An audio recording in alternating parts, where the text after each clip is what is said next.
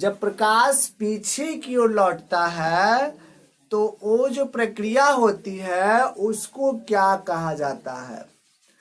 तो हमने आपको बताया है कि जब प्रकाश की किरणें क्या होती है, परावर्तित होती है, यानी कि पीछे की ओर लौटती है, तो प्रकाश का परावर्तन होता है। क्या होता है? प्रकाश का परावर्तन। यानी कि जब प्रकाश की किरणें पीछे की ओर जाएंगी तो उनका क्या होगा? परावर्तन होगा। ठीक है, नेक्स्ट क्वेश्चन है, जल से भरा बर्तन उथला हुआ प्रतीत होता है। आप कोई बर्तन ले लीजिए, उसमें पानी रख दीजिए, आप देखेंगे कि वो ऊपर की ओर प्रतीत होता है। क्यों? तो ये जो होता है वो प्रकाश के अपवर्तन के कारण होता है। किस कारण होता है विद्यार्थियों? तो प्रकाश के अपवर्तन के कारण जल जो है अपने सतह से उठा हुआ प्रतीत होता है। नेक्स्ट क्वेश्चन है, किरणों के समूह को क्या कहा जाता है? किरणों के समूह को क्या कहा जाता है? तो किरणों के समूह को क्या कहा जाता है विद्यार्थियों? प्रकाश पुंज या किरण पुंज। जैसे देखिए ये सन हो गया, ठीक है ना, इनसे किरणें निकल रही है ना, ये समूह में निकल रही है, तो इन्हें हम लोग क्या बोलते हैं? किरण पुंज या प्रकाश पुंज बोलते हैं। क्या बोलेंगे? किरण पुंज या प्रकाश पुंज। अगला क्वेश्चन है,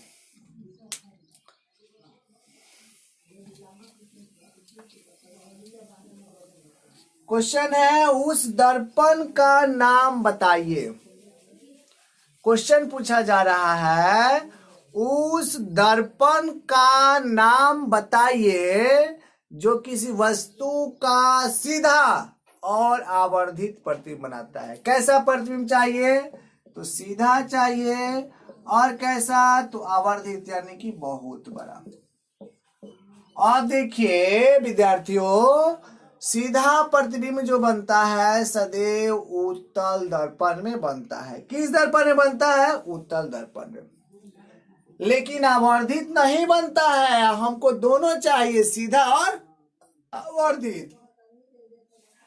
उत्तल दर्पण में सीधा बनता है लेकिन छोटा बनता है, यानी आवर्धित नहीं बनता है। लेकिन अवतल दर्पण में किसी वस्तु का सीधा और आवर्धित प्रतिबिंब बनता है। तो उस दर्पण का नाम क्या होगा? तो अवतल दर्पण होगा, जिसमें किसी वस्तु का सीधा और आवर्धित प्रतिबिंब बनता है। नोट कीजिएगा, उस दर्पण का नाम अवतल होगा जिसमें किसी बिंब का सीधा और आवर्धित प्रतिबिंब बनता है। ठीक है विद्यार्थियों, नेक्स्ट क्वेश्चन देखते हैं क्या है। आपतन कोण का चिन्ह क्या होता है? आपको फिगर बताया गया होगा, उसमें सारे के सारे जो है पता है, ये आपकी आपतित किरण है, और ये जो एंगल बन रहा है क्या होता है? तो आपतन कोण होता है। ठीक है ना, तो आपतन कोण का सिंबल बताना है, उसका चिन्ह बताना है। हम इसे कैसे निरूपित करते हैं? तो आपतन कोण को हम लोग किससे निरूपित करते हैं? तो आई द्वारा। किससे द्वारा? आई द्वारा। ठीक है ना विद्यार्थियों, तो आपतन कोण का चिन्ह क्या होगा? तो आई होगा। नोट कीजिएगा,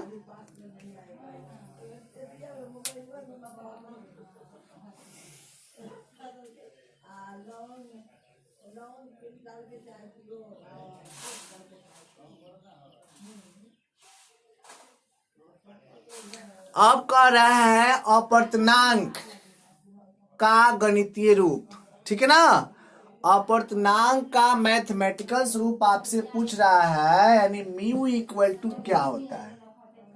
आपको अपवर्तनांक पढ़ाया गया होगा, तो वहां पर आपको अपवर्तनांक में बताया होगा कि निर्वात में प्रकाश की चाल और माध्यम में प्रकाश की चाल को क्या बोलते हैं? तो अपवर्तनांक बोलते हैं। तो म्यू इक्वल टू आपको वहां पर मिला होगा सी बाई क्या भी।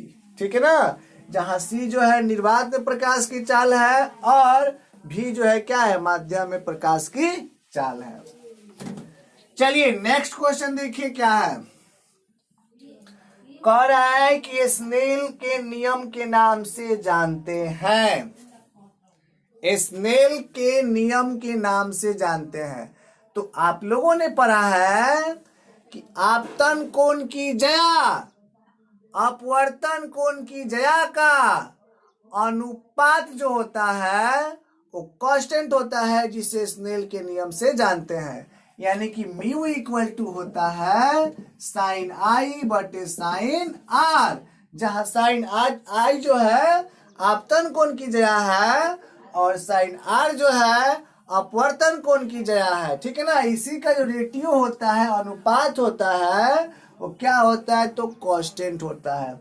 यानी कि साइन आई बटे साइन आर इक्वल टू क्या के हो गया। ठीक है, नोट कीजिएगा आप इसे हम लोग जानते हैं स्नेल के नियम के नाम से। ठीक है ना। Sine I by sine R आपतन कोण की जया अपवर्तन कोण की जया का अनुपात जो होता है उसे स्नेल के नियम के नाम से जानते हैं। यह जो होता है कांस्टेंट होता है। ठीक है ना। नेक्स्ट क्वेश्चन आपसे अब है,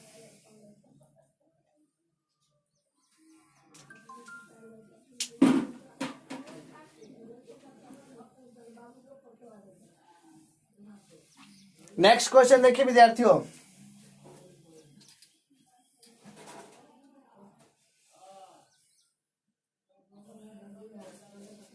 आप कह रहे हैं कि जल के अंदर जो वायु का बुलबुला बनता है, आप लोग को देखे होंगे, पानी है उसके अंदर वायु का जो बुलबुला बनता है, तो आखिर ये किस लेंस में बनता है। ठीक है ना। जल के अंदर बनने वाले वायु के बुलबुले को अगर आपको देखना हो, ठीक है ना, या आपको इससे उसकी जानकारी लेनी हो, तो आप किस लेंस की सहायता लेंगे। तो हम लेंगे विद्यार्थियों अवतल लेंस का। क्यों। तो अवतल लेंस में किसी वस्तु का सीधा और क्या आभासी प्रतिबिंब बनता है। ठीक है ना। और हमेशा ही छोटा प्रतिबिंब बनता है। इसे नोट कर लीजिएगा। नेक्स्ट क्वेश्चन है, एक गोलीय दर्पण की वक्रता त्रिज्या 20 सेंटीमीटर है। ठीक है ना।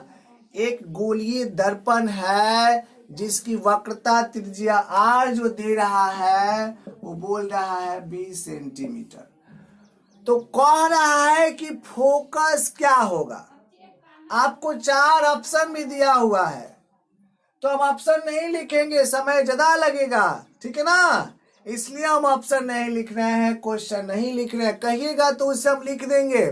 आप मेरी बातों को सुने और सुनकर ही पकड़े। ठीक है ना। जो कुछ भी हम बोल रहे हैं उसे आप पहले सुने, और लिखने के लिए तो मैं लिख ही दूंगा। चलिए तो देखिए बताते हैं। क्वेश्चन है कि एक गोलीय दर्पण है जिसकी वक्रता त्रिज्या 20 सेंटीमीटर है, तो फोकस दूरी क्या होगी। तो हमने आपको बताया था वक्रता त्रिज्या और फोकस के बीच का संबंध क्या बताया था। आर इक्वल टू क्या होता है 2f, यानी कि फोकस दूरी जो होती है उससे वक्रता त्रिज्या क्या होता है आधा होता है। ठीक है। आर इक्वल टू हो गया 2f, तो f इक्वल टू क्या हो जाएगा r/2, तो f इक्वल टू क्या हो गया 20/2, 10 दूना क्या हो गया 20। और देखिए ऑप्शन में आपको मीटर में भी दिया रहेगा, सेंटीमीटर में भी दिया रहेगा, तो आप किस पर टिक कीजिएगा। तो सेंटीमीटर में है तो सेंटीमीटर वाले पर टिक करेंगे। ठीक है ना। यानी 10 सेंटीमीटर आपका क्या होगा राइट आंसर होगा। ठीक है ना विद्यार्थियों। चलिए नेक्स्ट क्वेश्चन देखते हैं क्या है।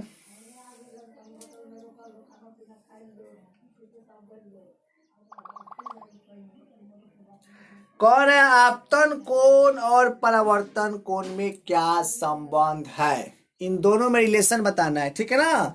आपतन कोण और परावर्तन कोण में क्या संबंध है।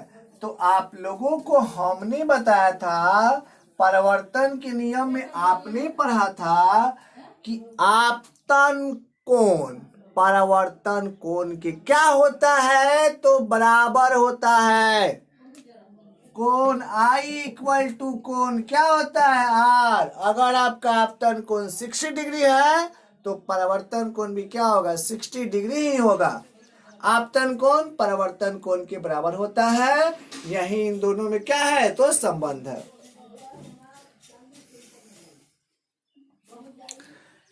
चलिए नेक्स्ट क्वेश्चन देखते हैं क्या है।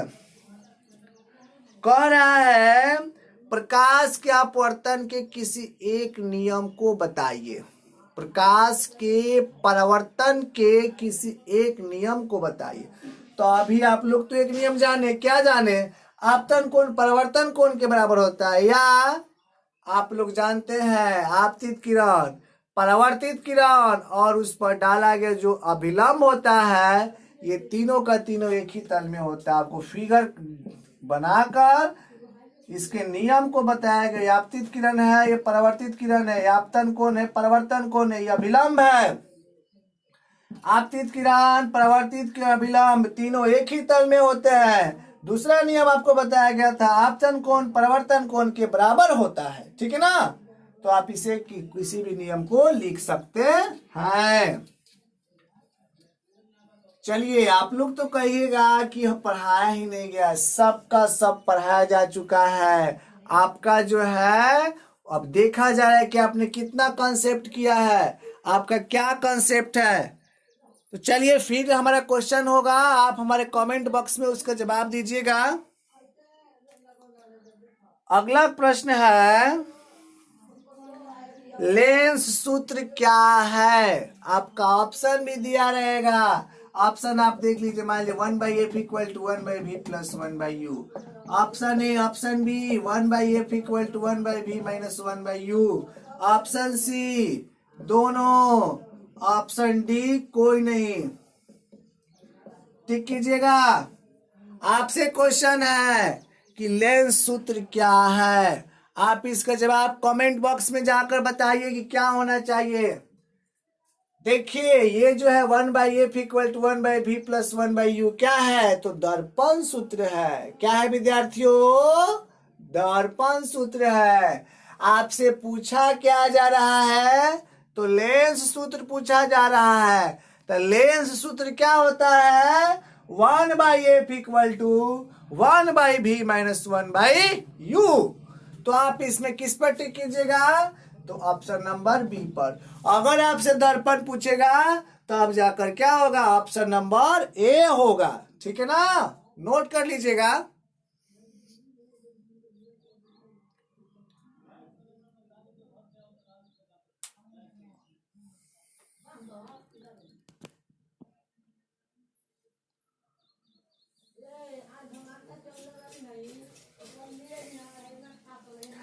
चलिए नेक्स्ट क्वेश्चन देखिए। कह रहा है निर्वात में प्रकाश की चाल होती है।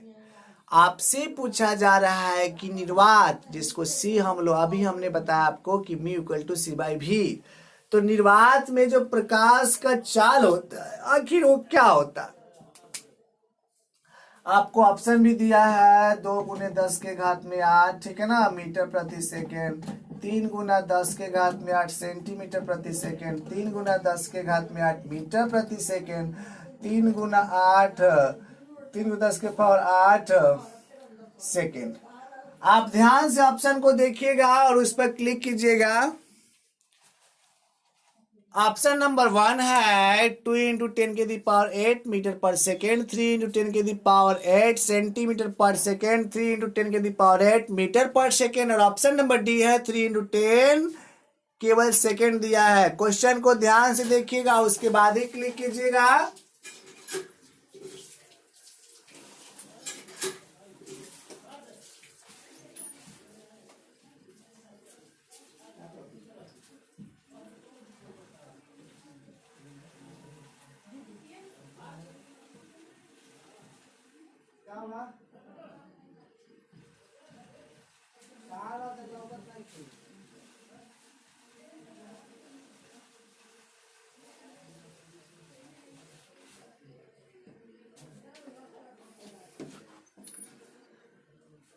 क्वेश्चन आप कर लिए होंगे। क्वेश्चन आपसे पूछा है कि निर्वात में प्रकाश की चाल होती है, ऑप्शन आपको दिया गया है। तो इसका जो जवाब होगा